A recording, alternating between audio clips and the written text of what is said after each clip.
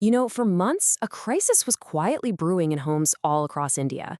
It was fueled by smartphones and the promise of easy money, and it got so big, so fast, that the government had to step in with a massive digital crackdown. So let's get into the story of why India decided to ban online money gaming and the social crisis that made it happen. Look, this wasn't just about a few people losing a little bit of cash. The stories that started coming out were absolutely devastating. As one member of parliament put it, this had become a full-blown social menace. We're talking about families losing their entire life savings, young people getting trapped in addiction, and in the most tragic cases, people ending up in such financial ruin that it reportedly led to suicide. It was this very real human cost that forced the government's hand, and the scale of this problem? Well, according to government estimates, it was just staggering. They claimed that 45 crore people, that's 450 million Indians, were being negatively affected by these online money games. I mean, just think about that number. This wasn't some niche issue. It was being framed as a national epidemic. So, the crucial thing to understand here is that this went way beyond just entertainment. These platforms were being directly linked to widespread addiction, financial ruin, and serious mental health crises. But it didn't even stop there. Investigations started to reveal that these apps were also being used for really serious crimes, things like money laundering, fraud, and even terror financing. Suddenly, this wasn't just a social problem, it was a threat to national security. So, faced with what it was calling a mounting social and security crisis, the government decided enough was enough. It was time to move from just being concerned to taking real, concrete action. And that led to a landmark law designed to get the whole industry under control. And this is it, the Promotion and Regulation of Online Gaming Bill. Now, when this was passed by Parliament, it wasn't just some minor tweak, it was a fundamental reset. The goal was pretty clear: shield families and steer India's digital economy onto a path that the government saw as safer and way more constructive. The government's reasoning was laid out very clearly. As Union Minister Ashwini Vaishnav said, when you have to choose between industry profits and the well-being of society, the middle class and the youth, well, for them, the choice was simple. The people had to come first. Okay, so what does this new law actually do? Let's break down the mechanics of the ban and see what's really changed on the ground. The law gets very specific with its definition of an online money game, but the key phrase, the absolute game changer, is right there at the end, whether the game is based on skill, chance, or both. This one little phrase closed a massive legal loophole. For years, fantasy sports and card game apps argued they were games of skill, not gambling. Well, this new law basically says if money is on the line, we don't care. That distinction is gone. This slide lays out the new reality perfectly.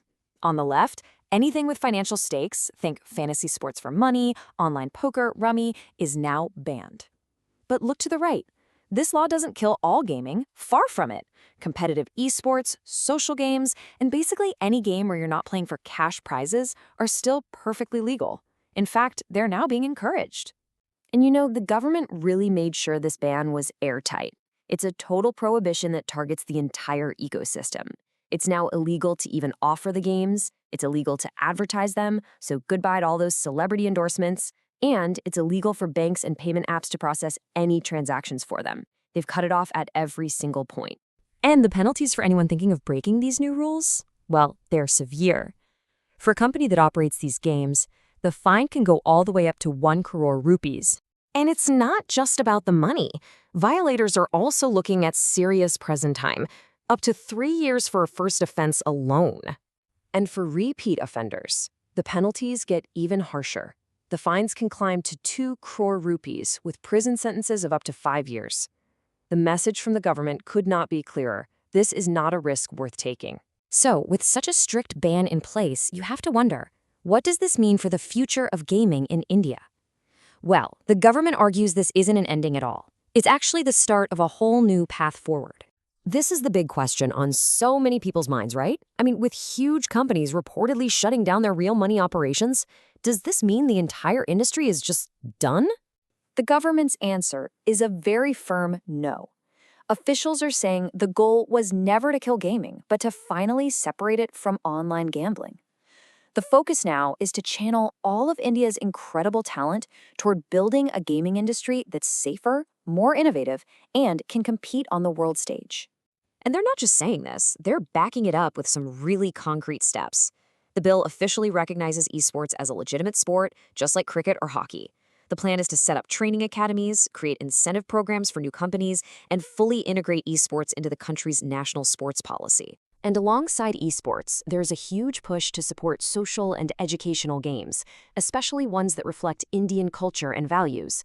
The idea is to build a gaming world that's all about entertainment, learning, and skill building, completely separate from the real money model. So when you step back and look at the whole picture, why does this law really matter?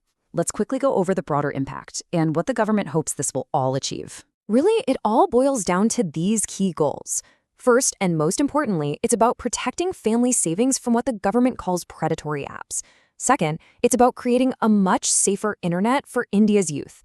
The hope is that by shifting focus, it'll also boost India's creative economy in a healthier way.